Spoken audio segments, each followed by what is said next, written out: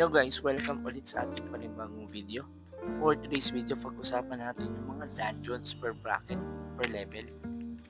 Para maintindihan nyo na hindi kayo level cap, hindi rin kayo over level doon sa dungeons na papasokin ninyo.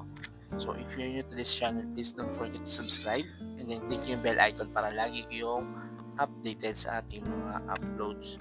So dito guys, papakita ko lang naman sa inyo guys yung mga magagandang dungeons na pasukin nyo pagdating nyo sa C server. Kasi dito sa Thai server, ina-apply na namin lahat ng technique namin magkakagrupo. Yung mga nasa GC ko, so nag-invite, gumawa sila ng mga Thai server account nila para to explore yung mismong game. So now, let's start with our first bracket. First bracket guys, pa-flash natin sa screen, no? So we have the map part at saka RS. So dito guys, map part natin at RS 50,000. So dito yung map part guys ay 50,000 per complete or for completion. So sa Ruina Station 50,000 din. So dalawang yan, yun yung pang entry natin. So yung sa pag tumaas na yung level nyo 95 to 100, SOD na kayo at B1 FTOD. So yung B1 FTOD ay 100,000 ang bigay sa ALS. So yung SOD ganun din 100k. So pag tumaas na kayo, umabot kayo ng 120, so IC1 at IC2 at saka FT1 at saka EODB2F. So ang bigay nilang apat ay 300,000 each. Every time na mako-complete yung dungeon, so 300 and 300,000. So imagine niyo, pumasok ka ng apat na beses 1.2M. So ganun lang kabilis kumita ng ALS dito guys. Puro dungeon lang and then crafting. So yung crafting kasi importante din yan for gems naman. And isa yun sa mga way to earn ng gems. So crafting, pasok yan. So yun yung bracketing guys, no? So mga part RS for low level. And then kapag medyo mataas yung mga nasa 95 to 100 na kayo, dito na kayo sa B1F. And then pag 135 pataas, S1 na kayo guys, S1. So S1, S2. 1M sa S1, 2M sa S2. So yung ALS nyo mas mabilis.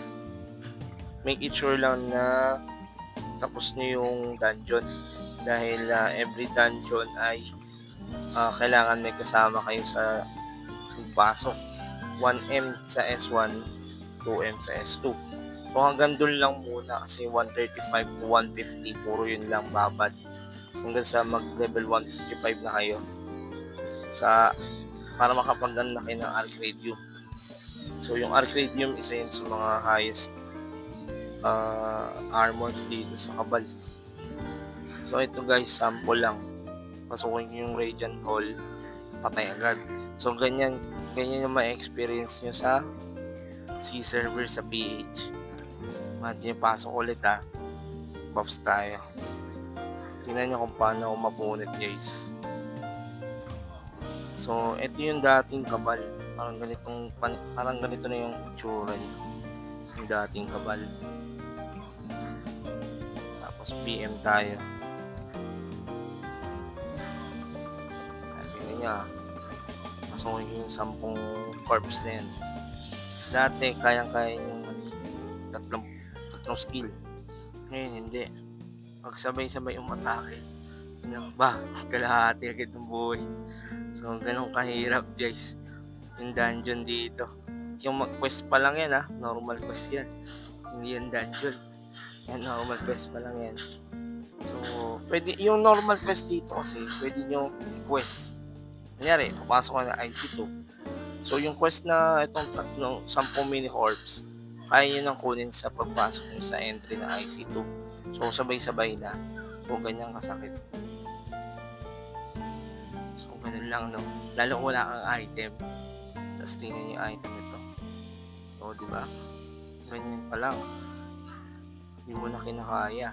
So, expect nyo sa PH, ganyan din sasapitin ninyo. And, teamwork guys, teamwork yung isang way para lumakas yung character nyo dito. Unless kung spender kayo. So, yun lang, and I hope na may nakuha kayo dito sa video. And dun sa mga other techniques, i-discuss ko sa inyo guys, one by one. So, yun lang, and then see you on the next video guys.